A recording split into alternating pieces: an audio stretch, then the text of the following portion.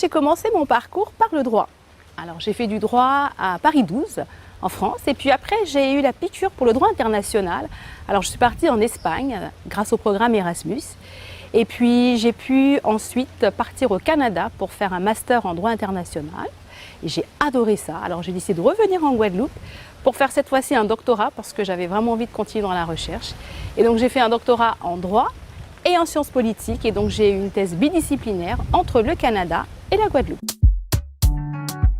Mon travail de recherche, il se structure en deux grands axes.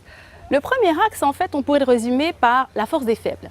En fait, c'est de montrer à des acteurs qui sont marginalisés par le système politique ou par le système législatif, eh bien, comment ils peuvent faire entendre leur voix. Comment, en fait, ils ont des ressources dont ils ne soupçonnent pas. Et en fait, c'est de leur montrer qu'ils ont les ressources en eux et surtout qu'ils peuvent utiliser des stratégies pour faire entendre mieux leur voix au sein de la sphère politique, mais également faire changer les lois. Mon deuxième grand axe de recherche, eh bien, il s'intéresse en fait au paradigme de développement alternatif. C'est de voir, par exemple, pour nous, en Guadeloupe, dans une petite île, dans un contexte de changement climatique, eh bien, quel modèle de développement on pourrait adapter pour être plus résilient, pour être plus fort et surtout pour mieux prendre soin de notre biodiversité tout en ne négligeant pas l'aspect humain. Ma fonction, elle est double.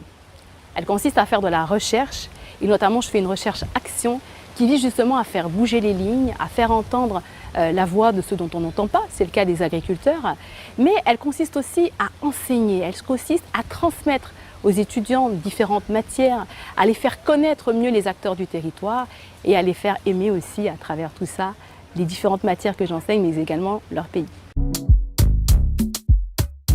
Nous avons fait une recherche-action et nous avons pu modifier le projet de loi sur la biodiversité. Nous avons pu introduire des amendements. C'était un travail de co-construction que l'on a réalisé avec différents acteurs du territoire, avec nos politiques, et c'était vraiment une très belle aventure. Et puis d'autres impacts aussi, eh bien, j'essaie toujours d'impliquer nos étudiants dans les recherches que je mène. Et par exemple, eh bien, deux de mes étudiantes ont pu justement travailler à la co-construction d'une politique publique à la ville de Saint-François ainsi qu'à la ville de Morne-à-l'Eau pour justement voir comment on pourrait construire une souveraineté alimentaire à l'échelle municipale. Moi, je dirais à nos étudiants qu'on est dans un monde en pleine mutation, en pleine métamorphose, et je leur dirais eh bien, de suivre leur cœur, de suivre leur passion.